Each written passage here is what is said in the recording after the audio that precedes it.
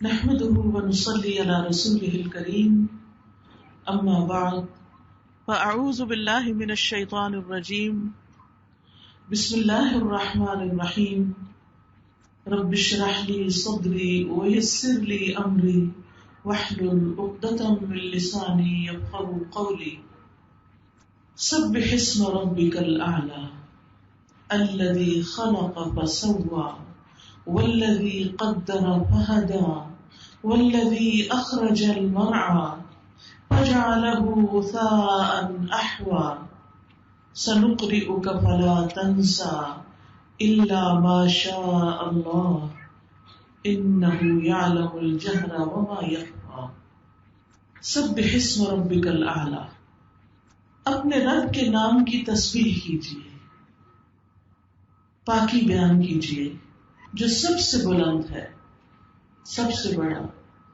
سب سے اونچا، وہ جس نے پیدا کیا پھر درست بنایا، وہ جس نے اندازہ ٹھہرایا پھر ہدایت بخشی، وہ جس نے چارہ اگایا پھر اس نے اسے سیاہ کوڑا کرکٹ کر دیا۔ سبح اسم ربک الاعلی، اپنے رب اعلیٰ کے نام کی تسبیح کیجیے۔ یہ سورۃ الاعلیٰ کی پہلی آیت ہے، اور سورۃ الاعلیٰ وہ سورت ہے جو نبی صلی اللہ علیہ وسلم اپنے بڑے اجتماعات میں جب نماز پڑھاتے تو اس وقت یہ سورت پڑھا کرتے تھے۔ نعمان بن بشیر کہتے ہیں کہ رسول اللہ صلی اللہ علیہ وسلم عیدین اور جمعہ میں سبح اسم ربک الاعلیٰ اور هل اتاک حدیث الغاشیہ پڑھا کرتے تھے، اور کہتے ہیں کہ جب عید اور جمعہ ایک دن جمع ہو جاتے تو ان دونوں صورتوں کو ہی نمازوں میں پڑھتے، یعنی انہی کو ریپیٹ کرتے تھے، یعنی زیادہ لوگوں کے اندر اپنے رب کی تسبیح بیان کرتے۔ اسی طرح نبی صلی اللہ علیہ وسلم سے ظہر اور وتر کی نماز میں بھی یہ سورت پڑھنا ثابت ہے۔ یہاں پر جو حکم دیا گیا ہے وہ تسبیح کرنے کا ہے۔ سبح، تسبیح کیجیے، پاکی بیان کیجیے، کس کی؟ اسم ربک، اپنے رب کے نام کی، الاعلی، جو سب سے اعلیٰ ہے، سب سے بلند ہے۔ کیا ہم اس بات کو جانتے ہیں اور کیا ہم اس بات کو یاد رکھتے ہیں؟ کیا ہم اس بات کو محسوس کرتے ہیں کہ ہمارا رب سب سے اعلیٰ ہے، سب سے بڑا ہے؟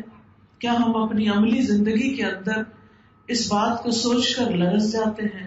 کیا جب اس کا کوئی حکم ہمارے سامنے آتا ہے، نماز کا وقت آتا ہے، کوئی اور نیکی کے کام کا موقع ہمیں ملتا ہے، تو کیا ہم یہ سوچ کر کرتے ہیں کہ یہ حکم میرے رب اعلیٰ کا ہے؟ حقیقت یہ ہے کہ اللہ سبحانہ وتعالی اپنی ذات کے اعتبار سے بھی بلند ہے۔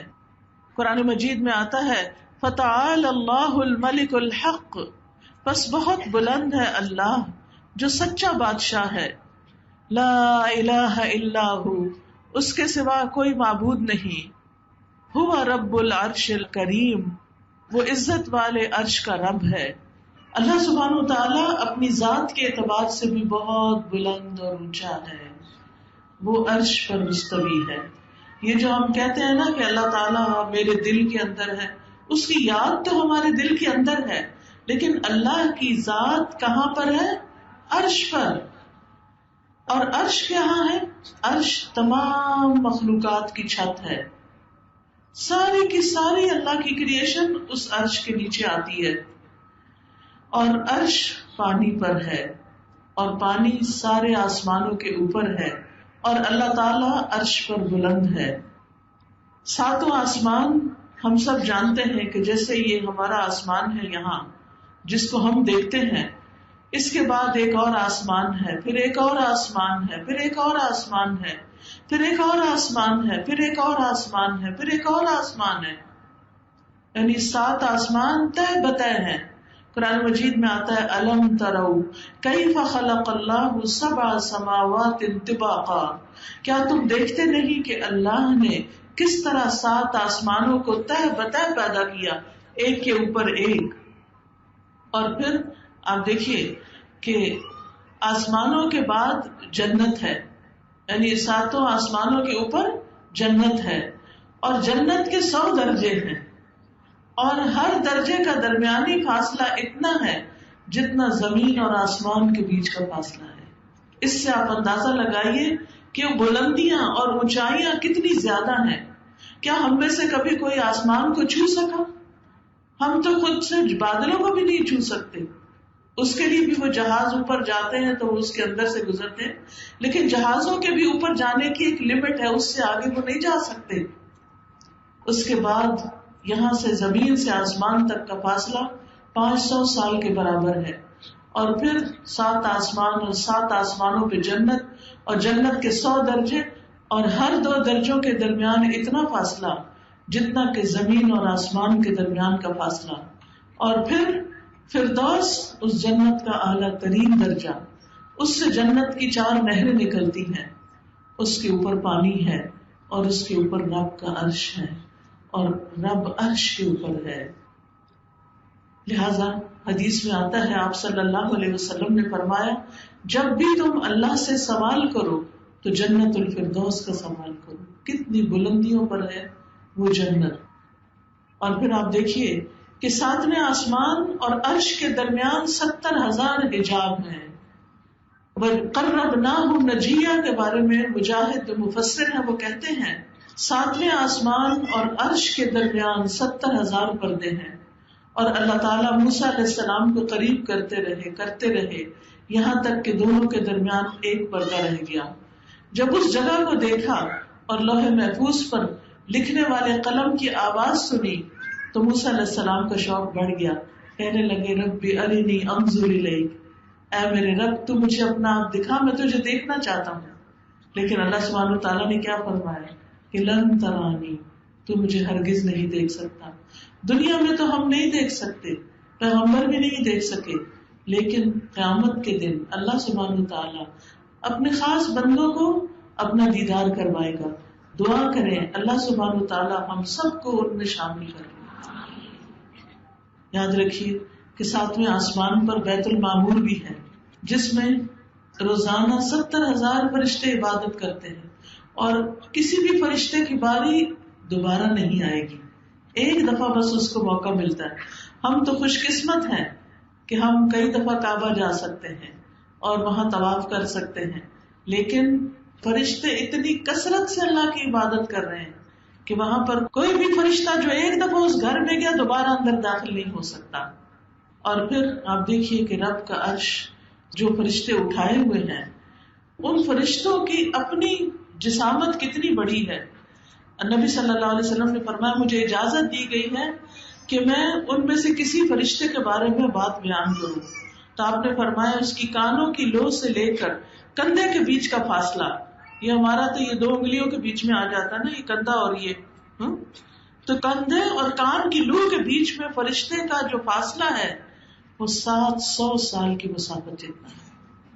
یہ صرف اس کی سمجھے گردن ہے، اتنی بڑی ہے، تو وہ باقی فرشتہ کتنا بڑا ہوگا ان فرشتوں میں سے جو عرش اٹھائے ہوئے ہیں۔ اس سے آپ اندازہ لگائیں کہ رب کی تخلیق کتنی بڑی ہے، رب کی تخلیق کتنی بڑی ہے، اور رب کتنا بڑا ہے، لیکن ہم اس کی بڑائی کو نہ جانتے ہیں نہ محسوس کرتے ہیں۔ اور آپ جانتے ہیں کہ جو عرش ہے اس کے سامنے کرسی ایک چھلے کی طرح ہے، اور کرسی کے سامنے 7 آسمان اور زمین جو ہے وہ ایک چھوٹی سی مندری کی طرح ہے۔ بہرحال یاد رکھیے اللہ بہت اوپر۔ جب بچوں کو بھی بتائے نا، جب وہ پوچھتے ہیں اللہ تعالیٰ کہاں ہے تو انہیں بتایا کریں اللہ تعالیٰ اوپر، اللہ تعالیٰ عرش پر۔ آپ دیکھیں کہ ہم سب کے دل میں جب اللہ کا خیال آتا ہے تو کیا آتا ہے کہ اللہ اوپر ہے۔ یہ جو ہم کہتے ہیں نا پتے پتے اور ڈالی ڈالی میں اللہ ہے، اللہ یہاں نہیں ہے۔ اللہ سبحانہ و تعالیٰ اپنی ذات کے اعتبار سے عرش پر ہے، پھر اپنی صفات کے اعتبار سے بھی اللہ تعالیٰ بہت بلند ہے، ہر نقص اور عیب سے پاک ہے۔ قرآن مجید میں آتا ہے سبحانہ وتعالی عما یقولون علوا کبیرا، کہ اللہ صاحب عرش وہ پاک ہے ان باتوں سے بہت بلند و برتر ہے جو یہ لوگ کہتے ہیں۔ یعنی اللہ کے ساتھ کسی اور کو شریک ٹھہراتے ہیں، بتوں کو شریک ٹھہراتے ہیں، یا انسانوں کو اس کے برابر قرار دیتے ہیں، یا فرشتوں کو خدا کی بیٹیاں قرار دیتے ہیں، یہ سب لوگوں کی من گھڑت باتیں ہیں. وہ ان سب چیزوں سے بہت بلند ہے، ہر کمزوری سے پاک ہے ہمارا رب. اللہ لا الہ الا ہو الحی القیوم لا تأخذہ سنۃ ولا نوم، کہ اللہ اس کے سوا کوئی الہ نہیں، وہ ہمیشہ سے زندہ ہے اور کائنات کی ہر چیز کو قائم رکھنے والا ہے. نہ اس پر اونگ آتی ہے اور نہ اس کو نیند آتی ہے. یعنی اللہ تعالیٰ سوتا نہیں ہے، اور یہ اس کی قوت کی علامت ہے، اور اپنی مخلوق کی مسلسل نگہداشت کر رہا ہے.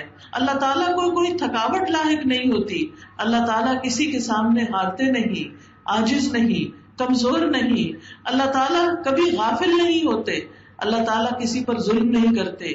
یعنی وہ تمام عیب اور نقص جو انسانوں کے اندر پائے جاتے ہیں یا اور مخلوقات کے اندر کمزوریاں پائی جاتی ہیں، یاد رکھیے اللہ تعالیٰ ان سب سے بہت اونچا اور بلند ہے. اس لیے ہمیں اسی کے نام کی پاکی بیان کرنی چاہیے. سبح اسم ربک الاعلی. تو جب بھی ربک الاعلی پڑھے تو دل میں خیال نہ آئے کہ وہ اپنے بلند عرش پر ہے، اور پھر وہ اپنی صفات کے اعتبار سے بھی بہت بلند ہے. یاد رکھیے یہ جو تسبیح کرنا ہے، اللہ کی پاکی بیان کرنا ہے، یہ کوئی معمولی عمل نہیں ہے. یہ تسبیح ہماری تقدیر بدل دیتی ہے. تسبیح جو ہے یہ بہت غموں کا علاج ہے، دکھوں کا علاج ہے، پریشانیوں کا حل ہے. کہ جب انسان اپنی زبان سے یہ کہتا ہے کہ میرا رب پاک ہے، اس کا ہر فیصلہ صحیح ہے، وہ کسی پہ ظلم نہیں کرتا، اس کا نام پاک ہے، اس کی ذات پاک ہے، اس کے افعال پاک ہیں، وہ ہر نقص سے پاک ہے، تو اس سے انسان اللہ سبحانہ تعالیٰ کو راضی کرتا ہے، اللہ کو خوش کرتا ہے. کسی کا کہنا ہے میں نے قرآن میں تسبیح کو تلاش کیا تو مجھے حیرت ناک چیز کا احساس ہوا. بہت عجیب بات دیکھی میں نے کہ تسبیح سے تو تقدیر بھی بدل جاتی ہے، جیسا کہ یونس علیہ السلام کے واقعے میں ہے. اللہ تعالیٰ فرماتے ہیں فلولا انہ کان من المسبحین للبث فی بطنہ الی یوم یبعثون. اگر یہ بات نہ ہوتی کہ بے شک وہ تسبیح کرنے والوں میں سے تھا تو یقیناً اس کے پیٹ میں یعنی مچھلی کے پیٹ میں اس دن تک رہتا جس میں لوگ اٹھائے جائیں گے. یعنی یونس علیہ السلام کو اللہ نے تکلیف سے نجات کیوں دی؟ کیونکہ انہوں نے کیا پڑھا تھا؟ تسبیح پڑھی تھی. کون سی تسبیح؟ لا الہ الا انت سبحانک انی کنت من الظالمین. اللہ تعالیٰ فرماتے ہیں اگر وہ یہ تسبیح نہ پڑھتے تو مچھلی کے پیٹ میں ہی رہتے. اس تسبیح کی وجہ سے وہ مشکل سے نکل آئے. اور ہمارے لیے بھی کیا حکم ہے کہ فنجیناہ من الغم وکذالک ننجی المؤمنین. ہم نے یونس علیہ السلام کو غم سے نجات دی، اس تسبیح کی وجہ سے ان کا غم دور کر دیا، اور ہم مومنوں کو بھی اسی طرح نجات دیتے ہیں. لہذا جس شخص کے دل میں کوئی غم ہے، کوئی پریشانی ہے، کوئی دکھ ہے، کوئی تکلیف ہے، وہ کیا پڑھا کرے؟ پڑھیے لا الہ الا انت سبحانک انی کنت من الظالمین. اس کا مطلب کیا ہے؟ لا الہ الا انت، تیرے سوا کوئی الہ نہیں، سبحانک تو پاک ہے، تیرا کوئی قصور نہیں، تیری غلطی نہیں، تیرا کوئی فیصلہ غلط نہیں. انی کنت من الظالمین، بے شک میں ظالموں میں سے ہوں، میری غلطی ہے. تو بندہ جب رب کے سامنے اپنی غلطیوں کی معافی مانگ لیتا ہے، اپنی غلطی کا اعتراف کر لیتا ہے، جو کہ ایک مشکل کام ہوتا ہے، تو انسان رب کے قریب ہو جاتا ہے. یعنی عام طور پہ ہم سے گناہ ہوتے ہیں تو پھر جب کوئی مصیبت آتی ہے ہمارے ہی گناہوں کی وجہ سے تو ہم کہتے ہیں کہ پتہ نہیں کس گناہ کی سزا ملی ہے، میں نے تو کبھی کوئی غلط کام کیا ہی نہیں. اپنی پاکی بیان کرنا شروع کر دیتے ہیں، اپنے آپ کو معصوم ثابت کرنے لگتے ہیں.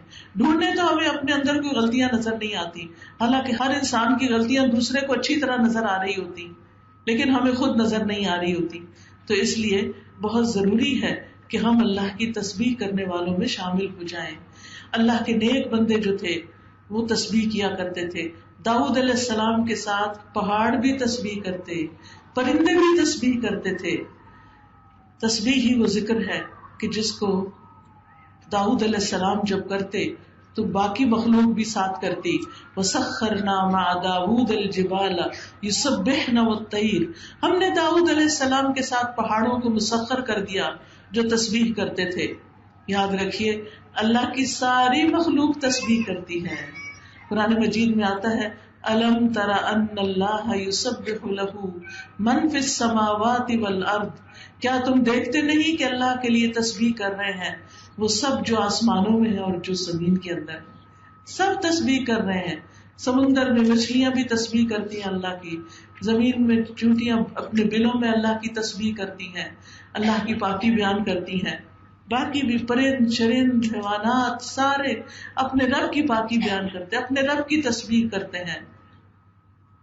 موسیٰ علیہ السلام، زکریا علیہ السلام، یہ سب اپنے رب کی تسبیح کرتے تھے. موسیٰ علیہ السلام نے تو خاص دعا مانگی تھی کہ اللہ میرے بھائی کو میرے کام میں شریک کر دے، اس کے ذریعے میری قوت مضبوط کر دے، کہیں نسبحک کثیرا، تاکہ ہم کثرت سے تیری تسبیح بیان کریں. تو اس سے پتہ چلتا ہے کہ تسبیح تھوڑی بہت ہی نہیں، زیادہ تسبیح کرنی چاہیے. ہمارے دن کے کلام کا اکثر حصہ تسبیح میں گزرنا چاہیے، کیونکہ اہل جنت بھی وہاں تسبیح کریں گے. تو وہ جنت میں جانے والی صفات دنیا میں پہلے اختیار کریں تاکہ اللہ سبحانہ وتعالیٰ اپنی رحمت سے ہمیں وہاں لے جائے. وہاں دعواہم فیہا سبحانک اللہم وتحیتہم فیہا سلام، ان کی دعا اس میں ہوگی سبحانک اللہم، پاک ہے تو اے اللہ، اور ان کی آپس کی دعا سلام ہوگا، یعنی ایک دوسرے کو سلام کریں گے اور رب کی تسبیح بیان کریں گے. آسمان و زمین کی ہر چیز اللہ کی تسبیح کرتی ہے، کیونکہ تمام مخلوق کے رزق کی کنجی بھی تسبیح ہے. اللہ کے نبی نوح علیہ السلام کی وفات کا وقت جب آیا تو انہوں نے اپنے بیٹے سے فرمایا کہ میں تمہیں ایک وصیت کر رہا ہوں، سبحان اللہ و بحمدہ کا ورد کرتے رہنا، کیونکہ یہ ہر چیز کی نماز ہے اور اسی کے ذریعے مخلوق کو رزق ملتا ہے. لہٰذا وہ بہنیں جو رزق کی تنگی کا شکار ہیں یا اس کے لیے پریشان ہوتی ہیں، یا کسی کا بھی کاروبار کا کوئی مسئلہ ہے، یا جاب کا کوئی مسئلہ ہے، یا گھر میں پیسے کی تنگی ہے، یا برکت نہیں ہے، تو تسبیح کی کثرت کر دیں، اللہ تعالیٰ فراوانی عطا کرے گا. پھر آپ دیکھیے حاملین عرش فرشتے جو ہیں، فرشتے جو عرش اٹھائے ہوئے ہیں وہ بھی تسبیح بیان کرتے ہیں.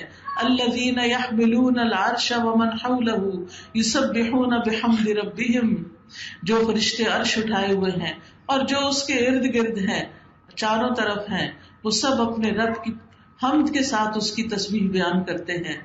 وَتَرَى الْمَلَائِكَةَ حَافِّينَ مِنْ حَوْلِ الْعَرْشِ يُسَبِّحُونَ بِحَمْدِ رَبِّهِمْ، آپ دیکھیں گے کہ فرشتے عرش کے گرد حلقہ بنائے ہوئے اپنے پروردگار کی تعریف کے ساتھ تسبیح کر رہے ہیں. تو ہم سب کو بھی کیا کرنا چاہیے؟ تسبیح کرنی چاہیے. نبی صلی اللہ علیہ وسلم کثرت کے ساتھ سبحان اللہ و بحمدہ استغفر اللہ و اتوب الیہ پڑھا کرتے تھے. اور بہترین کلام وہ ہے کہ جس میں اللہ کی تسبیح بیان کی جائے. بے شک اللہ کو سب سے محبوب کلام یہ ہے کہ بندہ کہے سبحانک اللہم و بحمدک و تبارک اسمک و تعالی جدک ولا الہ غیرک. تو جب انسان تسبیح کرتا ہے تو اللہ کے ہاں قربت پاتا ہے، فضیلت پانے کا آسان راستہ ہے. رسول اللہ صلی اللہ علیہ وسلم نے فرمایا تم لوگ اللہ کی عظمت کا جو ذکر کرتے ہو، یعنی تسبیح، تحلیل اور تحمید، وہ عرش کے ارد گرد چکر لگاتے ہیں اور ان کلمات کی بھنبھناہٹ ہوتی ہے جیسے شہد کی مکھیوں کی بھنبھناہٹ. یعنی ہم جب تسبیح پڑھتے ہیں تو یہ کہاں پہنچ جاتی ہے؟ عرش کے پاس پہنچ جاتی ہے، اور وہاں یہ کلمات اپنے ذکر کرنے والے کی اللہ کے ہاں یاد دلاتے ہیں. کیا تم میں سے کوئی یہ نہیں چاہتا کہ اس کے لیے کوئی ایسا ہو جو ہمیشہ اللہ کے ہاں اس کی یاد دلاتا رہے؟ یعنی وہ یاد دلاتا ہے کہ تیرا ایک بندہ ہے جو تیری تسبیح کر رہا ہے. تو فضول باتوں، فالتو باتوں، ان باتوں سے جن سے جھگڑے فساد ہوتے ہیں، ان سے بہتر کیا ہے کہ انسان اللہ کی تسبیح بیان کرے. پھر یاد رکھیے تسبیح جو ہے وہ دل کی تنگی اور گھٹن کا علاج ہے. دل کی گھٹن کا علاج ہے. جب آپ کا سینہ گھٹ رہا ہو، جب آپ بلا وجہ اداس ہو رہے ہوں، جب آپ کی روح بے چین ہو رہی ہو تسبیح شروع کر دیں. سبحان اللہ و بحمدہ سبحان اللہ العظیم پڑھتے رہے لا الہ الا انت سبحانک انی کنت من الظالمین. تو آپ دیکھیں گے کہ آپ کا دل قرار پکڑ جائے گا, آپ کے اوپر سے بوجھ ہٹ جائے گا.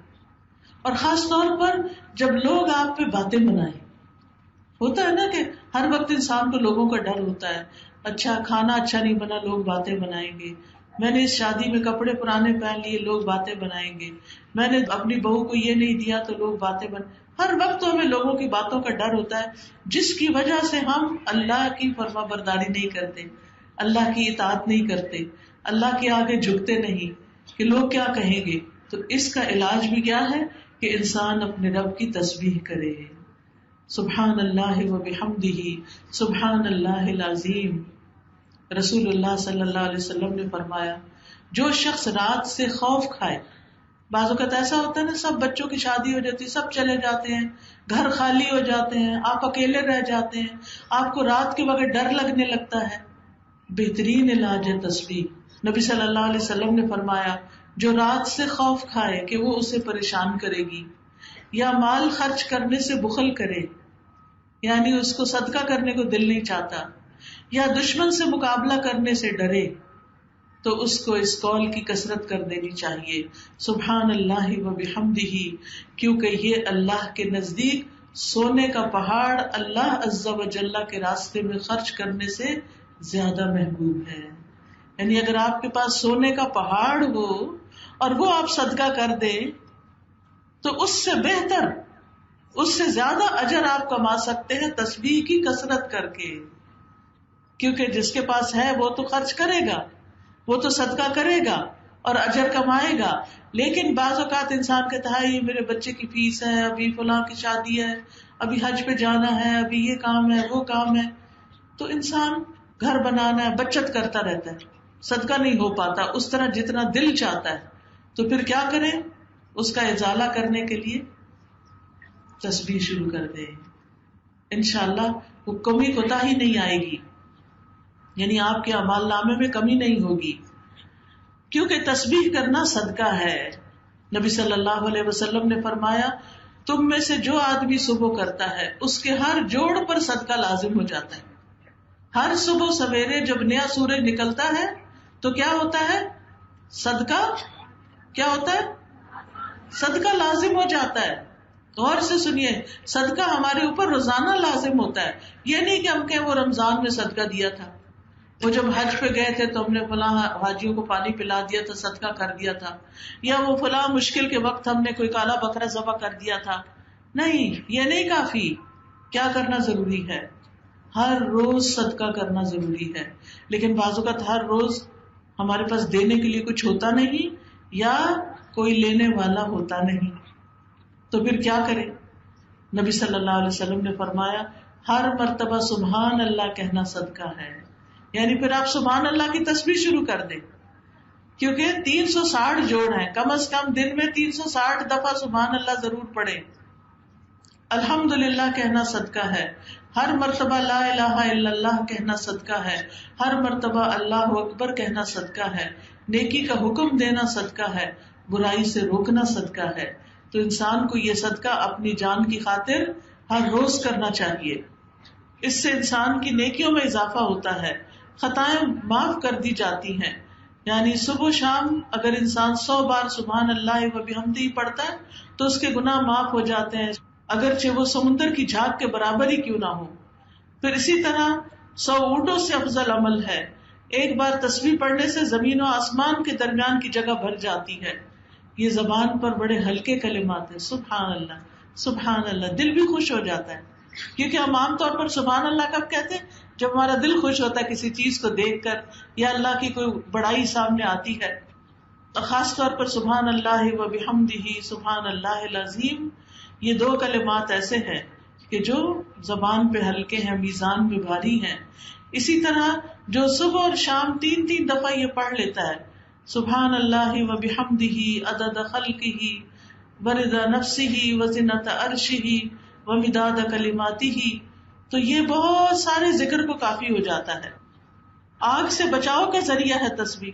ہر تسبیح سے جنت میں درخت لگتا ہے. اب آپ کی اپنی مرضی کہ آپ جنت کو کتنا ہرا بھرا دیکھنا چاہتے ہیں. اب تسبیح کب کب کی جائے؟ تسبیح صبح و شام کی جائے. قرآن مجید میں آتا ہے یا ایھا الذین آمنوا اذکروا اللہ ذکرا کثیرا وسبحوہ بکرۃ واصیلا. اے ایمان والو اللہ کو بکثرت یاد کیا کرو اور صبح و شام اس کی تسبیح بیان کیا کرو. تو اپنے اوپر لازم کر لیں، پابندی کر لیں. اگر آپ آرام سے ایک جگہ بیٹھ کے نہیں کر سکتے تو مثلا صبح کا ناشتہ بناتے ہوئے تسبیح کرتے رہیں، شام کا کھانا بناتے ہوئے تسبیح کرتے رہیں. تو اس طرح جو کام آپ روز صبح شام کرتے ہیں، میں نے تو ایک مثال ہی دی ہے، تو اس میں آپ تسبیح کرتے رہیں. پھر اسی طرح خصوصاً سورج نکلنے کے وقت نماز کے آغاز میں رکوع اور سجدوں میں، سجدے میں سبحان ربی الاعلیٰ کئی دفعہ دہرائے. پھر نمازوں کے بعد بھی پڑھے 33 دفعہ سبحان اللہ، 33 دفعہ الحمدللہ اور 34 دفعہ اللہ اکبر. اگر اتنی دفعہ ٹائم نہ ہو تو 10 دفعہ ہی پڑھ لیں. پھر رات کے وقت نبی صلی اللہ علیہ وسلم جب سونے لگتے تھے تو سبحان اللہ سبحان اللہ سبحان ربی پڑھتے رہتے. ان کے خادم کہتے ہیں کہ میری آنکھ لگ جاتی تھی لیکن نبی صلی اللہ علیہ وسلم دیر تک اللہ کی تسبیح بیان کرتے تھے، سوتے وقت اللہ کی تسبیح.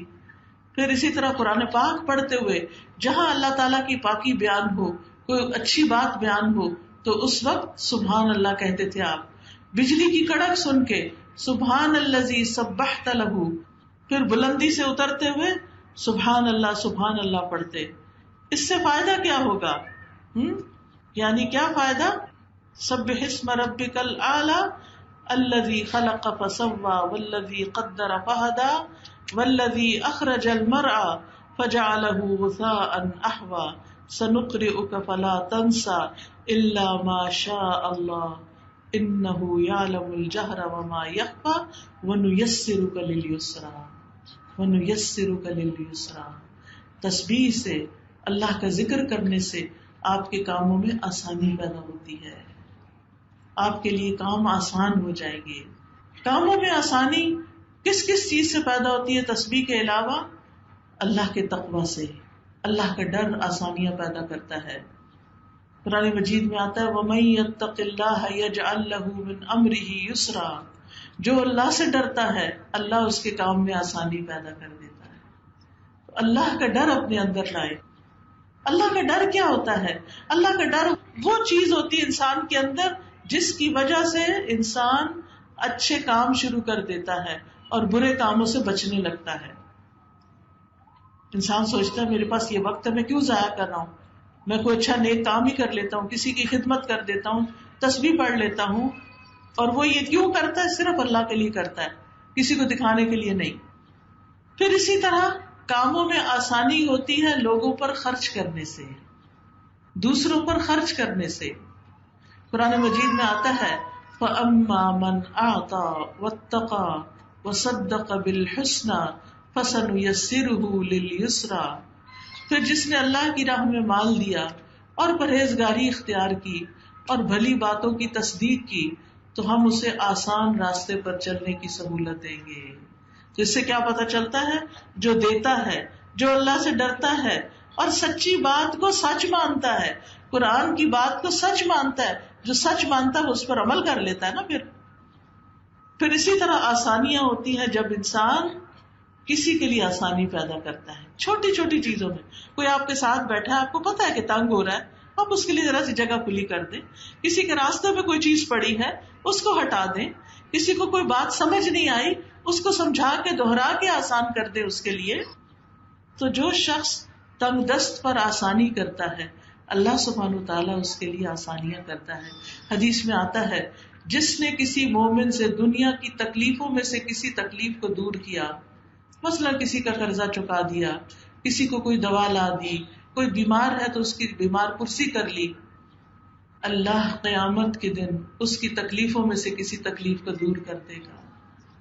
اور جس نے کسی تنگ دست پہ آسانی کر دی، یعنی اس کا ہاتھ تنگ ہے، اس نے اس کے لیے تھوڑا سا اس کی مدد کر دی کہ اس کا ہاتھ کھل جائے، اللہ اس پر دنیا اور آخرت میں آسانی کرے گا. جس نے کسی مسلمان کی پردہ پوشی کی، اس کا عیب چھپا لیا، اللہ اس کی دنیا اور آخرت میں پردہ پوشی کرے گا. اور اللہ تعالیٰ تب تک اس بندے کی مدد میں ہوتے ہیں جب تک وہ بندہ اپنے بھائی کی مدد میں لگا رہتا ہے. آپ دوسروں کے کام بناتے رہیں، اللہ آپ کے کام بنائے گا. آپ دوسروں کی مدد کریں، دوسروں کے لیے آسانیاں پیدا کریں، اللہ آپ کے لیے آسانیاں پیدا کرے. چیزوں کو مشکل نہ بنایا کریں، چیزوں کو آسان کیا کریں تاکہ لوگوں کی زندگی آسان ہو اور وہ تمہیں دعائیں دیں. پھر دعا بھی کرنی چاہیے، رب اشرح لی صدری ویسر لی امری. اللہ میرے کاموں میں آسانی پیدا کر دے، رب اشرح لی صدری. پھر اگر کوئی مشکل آ جائے تو اللہم لا سہل الا ما جعلتہ سہلا وانت تجعل الحزن سہلا اذا شئت. کوئی بیمار ہے گھر میں، ابھی میں آ رہی تھی، ایک بچی نے بتایا کہ اس کی والدہ کے ایکسیڈنٹ ہو گیا، وہ کومے میں چلی گئی ہیں. اللہ ان کے لیے آسانی کرے اور ان کو صحت عطا کرے. اللہ تعالیٰ باقی بھی آپ سب کی بھی زندگی میں جو مشکلات ہیں، بچوں کی طرف سے ہیں یا شوہر کی طرف سے ہیں یا مال کی طرف سے ہیں، جان کی، اپنی جان میں کوئی تکلیف ہے، اللہ آپ سب کے لیے بہت آسانیاں کرے. لیکن اللہ سے آسانیاں مانگا کرے اور لوگوں کو آسانیاں دیا کریں. پھر فرمایا فذکر ان نفعت الذکری سیذکر من یخشی ویتجنبها الاشقی. فذکر، پس آپ نصیحت کیجیے، ان نفعت الذکری، اگر نصیحت کرنا فائدہ دے، یعنی جو نصیحت قبول کرنا چاہتا ہے اس کو آپ نصیحت کریں. سیذکر من یخشی، ضرور نصیحت پکڑے گا جو ڈرتا ہے. بار بار اللہ سے ڈرنے کی بات ہو رہی، کیونکہ یہ تقوی ہی نیک اعمال کی بنیاد ہے. اللہ کا ڈر ہے جو بندوں کو سیدھا رکھتا ہے اور ٹیڑھا ہونے سے بچاتا ہے اور دوسروں کے اوپر ظلم زیادتی سے بچاتا ہے. وَيَتَجَنَّبُهَا الْأَشْقَى، اور بدبخت اس سے کنارہ کشی کر لے گا، وہ نصیحت قبول نہیں کرے گا. یاد رکھیے، جب کوئی ہمیں نصیحت کرے اور ہم آگے سے بگڑے تو یہ بدبختی کی علامت ہے. کیونکہ یہاں پر کیا فرما رہے اللہ تعالیٰ، وَيَتَجَنَّبُهَا الْأَشْقَى، جو سب سے بڑا بدبخت ہے وہ نصیحت سے منہ موڑ لے گا. ماں نصیحت کر رہی ہے بچی کو شرم و حیا کی، اچھا لباس پہننے کی، حجاب کرنے کی، اور بچی آگے سے بگڑنا شروع کر دے تو یہ خوش قسمتی کی بات نہیں ہے. ماں باپ کو ستانا بھی ہے اور اللہ کی نافرمانی کرنا بھی ہے اس میں. تو ایمان والوں کو کیا حکم ہے، وَذَكِّرْ فَإِنَّ الذِّكْرَىٰ تَنفَعُ الْمُؤْمِنِينَ. نصیحت مومنوں کو فائدہ دیتی ہے. اور حدیث میں آتا ہے مومن کو اس حال میں پیدا کیا گیا ہے کہ وہ آزمائش میں مبتلا ہونے والا، توبہ کرنے والا اور بھولنے والا ہوتا ہے. یعنی وہ لوگوں کے برے سلوک نہیں یاد رکھتا. جب اسے نصیحت کی جاتی ہے وہ نصیحت قبول کر لیتا، اس کو مائنڈ نہیں کرتا، دل پہ لگا کے بیٹھ نہیں جاتا. اور نصیحت کرنے کے لیے سب سے بہترین چیز قرآن ہے. فرمایا فذکر بالقرآن من یخاف وعید. سو اس قرآن کے ساتھ اس شخص کو نصیحت کرو جو میرے عذاب کے وعدے سے ڈرتا ہے. لیکن نصیحت کس کو فائدہ نہیں دیتی؟ غافل دلوں کو فائدہ نہیں دیتی، منہ موڑ جانے والوں کو، انکار کرنے والوں کو فائدہ نہیں دیتی. اور نصیحت قبول نہ کرنے کا انجام کیا ہے کہ ہو سکتا ہے کہ انسان پھر کسی شرک میں پڑ جائے، کسی بدعت میں پڑ جائے، کسی کبیرہ گناہ میں پڑ جائے اور وہ آخر کار اس کو جہنم میں لے جائے. تو اس بات سے ڈرنا چاہیے. جب کوئی کہے نا کہ ایسا نہ کرو، شرک ہے، صرف اللہ سے مانگو، کسی اور سے نہ مانگو، صرف اللہ کے آگے سجدہ کرو، کسی اور کے آگے نہ، جو قبروں کے آگے مت سجدہ کرو، تو نصیحت قبول کر لینی چاہیے، خاص طور پر جو قرآن کے ساتھ نصیحت کی گئی ہو. اسی طرح کوئی اگر کہ ماں باپ کی بات مانا کرو، تو آپ کو پتا ہے نا کہ کبیرہ گناہوں میں اللہ کے ساتھ شرک کے بعد سب سے بڑا گناہ ماں باپ کو ستانا ہے، ماں باپ کی نافرمانی کرنا ہے. تو پھر ایسے بدبختوں کے لیے کیا ہے، پھر ان کی اکڑ تو وہی اسی آگ میں جا کے ٹوٹے گی. تو انسان اس آگ سے بچنے کے لیے اللہ کی پناہ مانگتا رہے، اللہ تو ہمیں پناہ دے دے اور اس جہنم سے ہمیں بچا لے. کیونکہ قیامت کے دن جب جہنم کو سامنے لایا جائے گا، اس دن جہنم کی 70,000 لگامیں ہوں گی. 70,000 لگامیں، یعنی ایک ایک لگام کو 70,000 فرشتے پکڑ کے کھینچ رہے ہوں گے اور وہ سرکش ہو رہی ہوگی، آؤٹ آف کنٹرول ہو رہی ہوگی. پھر جہنم کے کنارے سے گہرائی کا فاصلہ کتنا ہے، جیسے کنویں کے کنارہ ہوتا ہے نا تو نیچے کتنا فاصلہ ہے. رسول اللہ صلی اللہ علیہ وسلم نے فرمایا مجھے اس ذات کی قسم جس کے ہاتھ میں میری جان ہے، جہنم کے کناروں اور اس کی گہرائی تک پہنچنے کی دوری اور مسافت اس قدر ہے کہ اتنی بھاری چٹان ہو جس کا وزن 7 حاملہ اونٹنیوں، ان کی چربی، گوشت اور ان کی اولاد کے برابر ہو. اگر اسے جہنم کی منڈیر سے نیچے گرایا جائے تو وہ اس کے پیندے تک 70 سال میں پہنچے گا. وہ پتھر 70 سال میں پہنچے گا. اتنا نیچے اندھیری جہنم، اتنا تو نکلے گا کون نکل سکتا اس میں سے؟ تو اس لیے انسان کو توبہ کرنی چاہیے، اللہ سے ڈرتے رہنا چاہیے اور اس آگ سے بچنے کی فکر کرنی چاہیے. قیامت کے دن سورج اور چاند دونوں دوزخ میں لپٹے ہوئے ہوں گے تاکہ اس کی گرمی کو اور بھڑکایا جا سکے. پھر ایک ایک شرارہ جو ہے وہ ایک ایک محل کی طرح ہوگا، شرارہ صرف اس کا ایندھن انسان اور پتھر ہوں گے. ایک جہنمی کا سانس 1,00,000 لوگوں سے زیادہ کو جلا سکتا ہے، اتنی سخت ہے اس کی گرمی. نبی صلی اللہ علیہ وسلم نے فرمایا اگر اس مسجد میں 1,00,000 یا زیادہ لوگ بیٹھے ہوں اور ان میں ایک جہنمی آدمی ہو اور وہ سانس لے لے اور اس کی سانس سب کو پہنچے تو اس کے اثر سے مسجد سمیت سارے لوگ جل جائیں. پھر یہ کہ جہنم کے سائبان چاروں طرف ہوں گے، جیسے مارکی دیکھنے چاروں طرف، جہنم میں بھی چاروں طرف اس کے دیواریں ہوں گی اور اوپر بھی اور نیچے بھی، بچھونا بھی جہنم، اوڑھنا بھی جہنم. اور پھر اس جہنم کی خصوصیت کیا ہے کہ جب وہ دھیمی ہونے لگے گی اس کو اور بھڑکا دیا جائے گا، یعنی اس کی آگ ہلکی نہیں ہوگی. دنیا کی آگ تو یہ ہوتی ہے نا جل جل کے ختم ہو جاتی. پھر فرمایا ثم لا يموت فيها ولا يحيا، پھر وہ اس دن نہ مرے گا اور نہ جیے گا. جہنمی جہنم میں مر نہیں سکے. دنیا میں تو اگر کوئی زیادہ جل جائے تو مر جاتا ہے جل کے، لیکن اس میں سے کوئی بھی بچ نہ سکے گا، یعنی زندہ ہی زندہ رہے گا، وہ موت نہیں آئے گی اس کو. قد افلح من تزکا وذکر اسم ربہ فصلی، یقیناً کامیاب ہو گیا وہ جس نے پاکیزگی اختیار کی اور اپنے رب کا نام یاد کیا پھر نماز پڑھی. یعنی کامیابی کے لیے کیا ضروری ہے کہ انسان 3 کام کرے. اندر کا تزکیہ کرے، اپنے آپ کو برے خیالات سے بچائے اور اپنے رب کے نام کا ذکر کرے، اللہ سے دعا کرے اور نماز پڑھے. یہ کام جو ہے انسان کو اللہ کے قریب کرتے ہیں. انسان اللہ سے دعائیں کرتا رہے اور موت کو یاد رکھے، اللہ تعالیٰ کی صفات کو جانے، روزانہ قرآن پڑھے. یہ سب کام انسان کو کامیابی کی طرف لے کے جانے والے ہوتے ہیں. یعنی ہم بعض اوقات کچھ کر نہیں سکتے لیکن ہمیں اس کا شوق ہونا چاہیے، ہمیں اس کے لیے دعا کرنی چاہیے، ہمیں اس کے لیے اللہ کو پکارنا چاہیے کہ یا اللہ یہ کام بہت اچھا ہے، مجھے اس سے محبت ہے لیکن مجھ سے ہوتا نہیں، تو مجھے اس کی توفیق دے دے.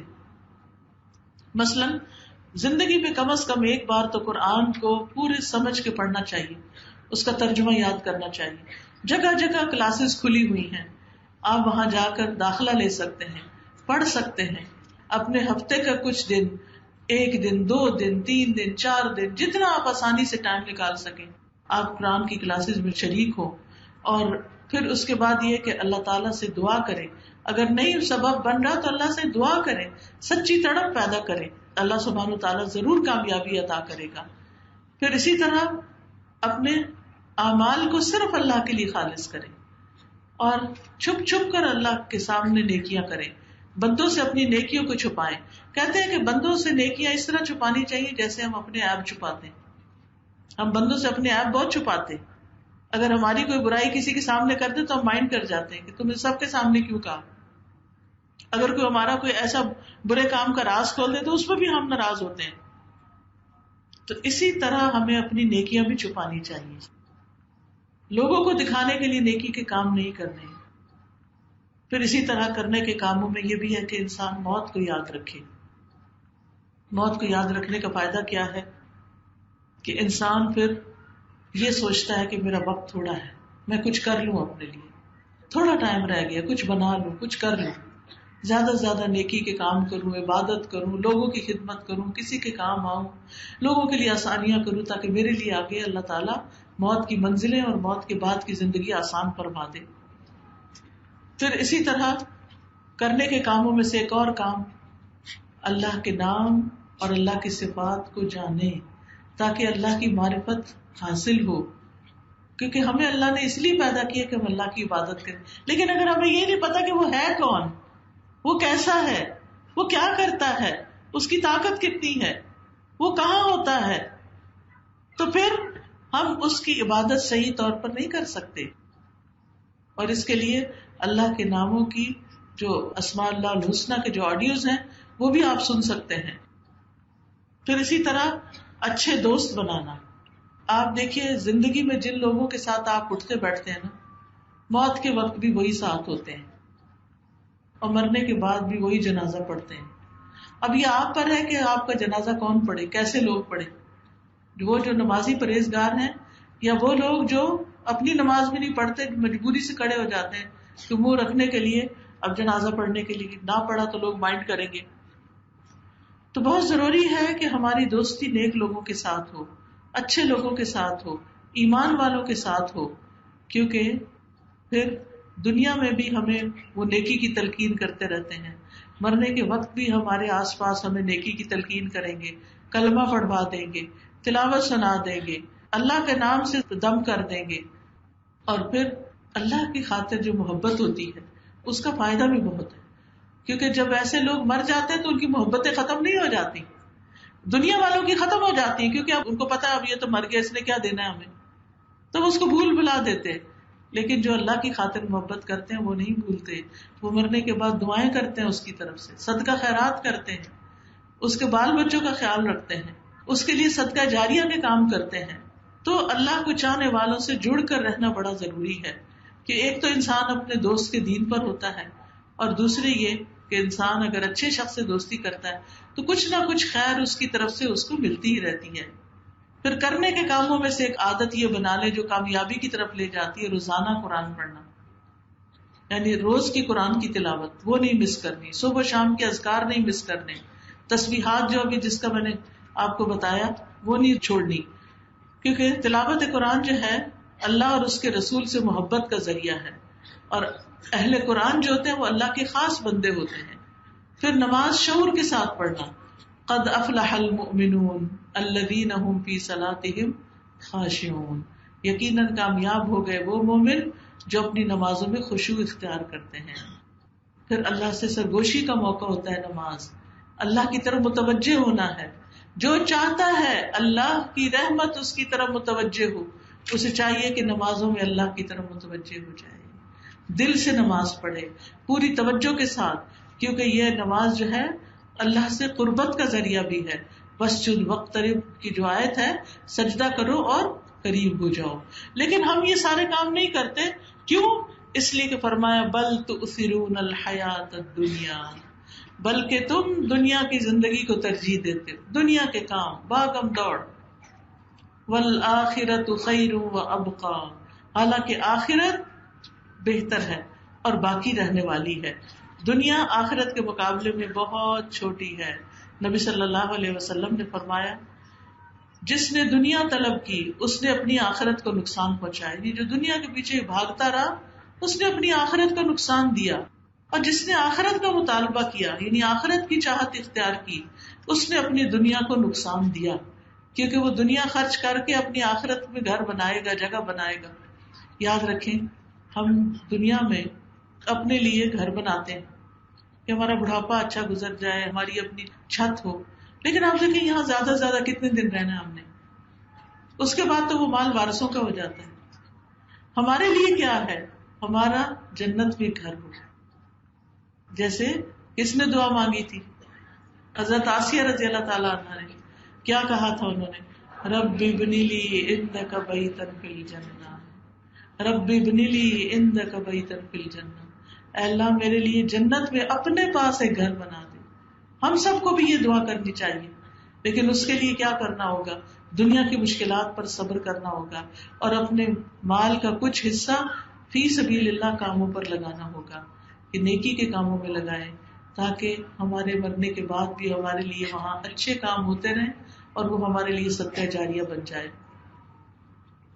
تو اس سورت کی روشنی میں کرنے کے کام کیا ہیں؟ سب سے پہلے سبح اسم ربک الاعلی. کس کس کے پاس کارڈ ہیں تسبیحات کے؟ دکھائیں مجھے. ماشاءاللہ بہت سے لوگوں کے پاس ہیں. جن کو نہیں بھی ملے وہ کیا کریں گے؟ وہ اسٹال سے لے سکتے ہیں اور ایڈریس لکھا ہوا ہے, آرڈر کر لیں. آپ بھی آگے دوسروں کو بانٹیں. اب آپ دیکھیں نا, یہ کسی نے تو بانٹے ہیں نا, اس نے ثواب کمایا, اس نے صدقہ جاریہ کمایا, اور اب ہمارا فرض بنتا ہے کہ ہم اپنی قبر کے لیے آگے بانٹیں. اور اس کو آپ کیسے پڑھیں گے؟ اپنے پاس رکھیں, خوبصورت کارڈ ہے, اپنے بیڈ سائڈ ٹیبل پہ رکھیں, اپنی الماری میں سجائیں کہیں بھی, اور دن کے کسی ایک وقت میں نکال کے ان تسبیحات کو پڑھ لیں. یا یہ کہ ان تسبیحات کو یاد کر لیں اور مختلف مواقع کی مناسبت سے ان کو پڑھتے رہیں. پھر ہم نے جنت کی دعا کرنی ہے, جہنم سے پناہ مانگنی ہے, پھر اپنے نفس کو برے خیالات سے پاک کرنا ہے, نماز کے ذریعے اللہ کا قرب تلاش کرنا ہے. نماز کس لیے پڑھنی ہے؟ کہ میں اللہ کے قریب ہو جاؤں, اور اپنی آخرت کو ترجیح دینی ہے. والآخرۃ خیر وابقی ان ھذا لفی الصحف الاولی صحف ابراہیم وموسیٰ. میری دعا ہے کہ اللہ تعالیٰ ہمیں ان کاموں کے کرنے کی توفیق عطا فرمائے. یہ کچھ اور کارڈ بھی باہر موجود ہیں اور کتابیں بھی. رنج و غم کا ازالہ. کچھ لوگوں کو بہت رنج پریشانیاں رہتی ہیں, چھوٹا سا کارڈ ہے, پاس رکھے, جب دل گھبرائے اس کو پڑھے, انشاءاللہ بہترین وظیفہ ہے. سمجھے یہ وظیفہ ہے. بیمار ہے خود یا بچہ کوئی تو آیات شفا پڑھے. کوئی زندگی میں مسئلہ پیش آ گیا ہے, کوئی فیصلہ کرنا ہے, استخارہ کیسے کرے, قرآن و سنت کی روشنی میں یہ بتایا گیا. پھر تقویٰ کی بات ہوئی, اللہ سے ڈرنے کی بار بار اس کی دعائیں ہیں. پھر رشتہ داروں سے جوڑ کے رکھنا عمر میں اضافے کا باعث بنتا ہے, دعاؤں کی قبولیت کا, رزق میں اضافے کا ذریعہ بنتا ہے. تو یہ تحفے میں آپ کارڈ دے سکتے ہیں, اس میں ساری حدیثیں لکھی ہوئی ہیں. پھر اپنے وقت کو صحیح طور پر استعمال کرنا چاہیے, ذکر الہی کا کارڈ ہے. پھر اللہ کا شکر ادا کرے تو نعمتوں میں اضافہ ہوتا ہے. الحمدللہ سارا اکٹھا اس میں کیا گیا ہے تاکہ ہم شکر ادا کریں. پھر رزق میں کمی ہو, اولاد کا مسئلہ ہو, اس کے لیے کیا کریں؟ گناہوں کی بخشش کی دعا ہے, استغفار کا کارڈ. پھر جنت کا راستہ, ان اذکار کا ذکر کیا گیا ہے جو جنت کی طرف لے جاتے ہیں. پھر اگر قرضے کی مشکل ہے, قرضے میں پھنس گئے ہیں, تو یہ دعائیں مجرب ہیں, قرض سے پناہ اور قرض کی نجات کی دعائیں. پھر دن رات کے ذکر سے افضل یہ چھوٹا سا کارڈ ہے, فریج پہ یا کہیں کمرے میں لگا دیں, روزانہ پڑھیں, اور دن میں باقی اگر اذکار کبھی بھول بھی جائیں تو یہ انشاءاللہ اس سے کمی پوری ہو جائے گی. اسی طرح اگر آپ کو خوف ہے, حفاظت, سیکورٹی کے مسئلے ہیں, تو یہ دعائیں پڑھیں. پھر صدقہ و خیرات کریں, کیا کیا اس کے فائدے ہیں یہ اس کتاب میں بتا دیا گیا ہے. پھر زبان کی حفاظت, کیونکہ زبان جو ہے وہ انسان کے لیے سارے گناہوں کا سبب بنتی ہے. تو ہم یہ کتاب لیں, حدیثیں لکھی ہوئی, اپنے بچوں کو پڑھ کے سنائیں, بزرگوں کو پڑھ کے سنائیں, اور اتنی محنت سے کتاب تیار کی گئی ہے. اگر آپ اس کو آگے پڑھ کے سنائیں گے تو آپ کے لیے بھی صدقہ جاریہ ہوگا. پھر جادو, حقیقت اور علاج. کئی لوگوں کو یہ وہم ہوتا ہے ان پہ جادو ہو گیا تو اس کا علاج کیسے کریں. پھر یہ ساری دعائیں, ایک کتاب ہے دعا کیجیے, اس کے اندر اکٹھی کر دی گئی ہیں. پھر یہ کہ حسن انجام, اچھا انجام کیسے ہوتا ہے, مختلف لوگوں کی کہانیاں یہاں بیان کی گئی ہیں. یہ کہانیاں پڑھیں گے تو ان سے بہت سا سبق انشاءاللہ ملے گا. تو آئیے دعا کرتے ہیں کہ اللہ تعالی ہم سب پر اپنی رحمت نازل فرمائے اور ہمیں ہر شر سے بچائے. وآخر دعوانا ان الحمد للہ رب العالمین.